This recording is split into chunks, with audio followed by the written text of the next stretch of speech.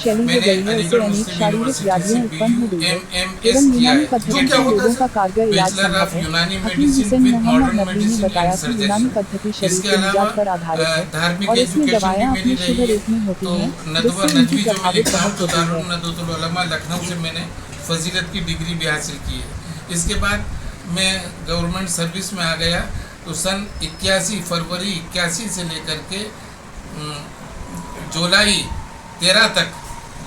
2013 तक मैं सर्विस में रहा। शुरू के 32 साल मेरे यूनानी मेडिकल ऑफिसर की हैसियत से गुजरे, लेकिन आखिर का 1.5 साल मैं यूनानी फार्मेसी में सुपरिंटेंडेंट यूनानी फार्मेसी मध्य प्रदेश रहा। इसके बारे में संक्षेप में जानना चाहिए। तो यूनानी पैथी जैसा मैंने बताया था कि बहुत ही पुरानी पैथी है और ये भारत में अरबों के ज़रिए आई है। यहाँ पुराना इलाज जो प्रचलित था, जो चल रहा था, वो आयुर्वेदिक था और यूनानी उसमें आया। आयुर्वेद और यूनानी में ज़्यादा फ़र्क नहीं है, सिर्फ लैंग्वेज का फ़र्क है। जिसको वो संस्कृत में या हिंदी में कोई दूसरा अश्वगंधा कहते हैं, हम असगंध कह देते हैं। इसी तरह बहुत सी दवाओं के नाम हैं कि किसी के हिंदी ज़ुबान में दूसरा नाम है और यूनानी में या उर्दू में दूसरा नाम है। बुनियादी फ़र्क अगर इसमें है तो वो ये है कि कुश्ते भस्म का इस्तेमाल आयुर्वेद में है और यूनानी ने वहीं से लिया है, वरना यूनानी में बेसिकली भस्म का इस्तेमाल या कुश्तों का इस्तेमाल नहीं था। इसमें अच्छा, इसके अंदर जो दवा बनाने के काम होते हैं तो दवाओं की ताकत बढ़ाने के लिए, दवाओं के जहरीले असरात कम करने के लिए या दवाओं का शुद्धिकरण जिसे कहते हैं उस करने के लिए हम सिरके से, अर्क गुलाब से, घी से और इन चीज़ों से मदद लेते हैं। तो सिरके में भिगा के बाद दवाओं को सुखाते हैं, फिर उसको बनाते हैं, उसके असरात कई गुना बढ़ जाते हैं।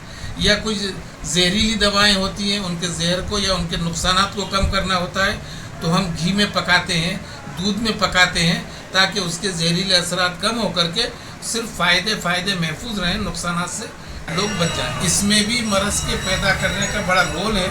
दूसरा ये कि खान पान और तीसरा ये कि रहन सहन।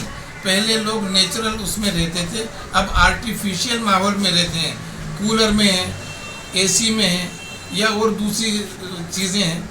तो इन चीज़ों से भी जिस्म मुतासिर होता है और मरज़ का सबब बनता है।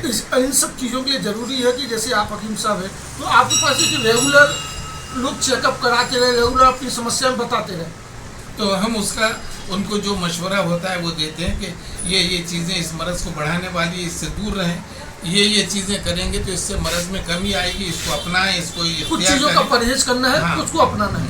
लेकिन शायद दूसरी पैथियों में या एलोपैथी में गालिबन परहेज का कोई कॉन्सेप्ट नहीं है। वो तो कहते हैं सब खाओ और खूब खाओ। इसके चलते साइड इफेक्ट भी उसके बढ़ते हैं। यूनानी में चूँकि आमतौर पर क्रूड फार्म में यानी ओरिजिनल फार्म में जड़ी बूटियाँ मुकम्मल इस्तेमाल होती हैं, उसके नतीजे में उसके फ़ायदा करने वाले पार्टिकल्स या अज्जा होते हैं वो भी होते हैं और जो नुकसानदेह होते हैं वो भी होते हैं। एक दूसरे से मिल करके वो सब न्यूट्रलाइज हो जाते हैं।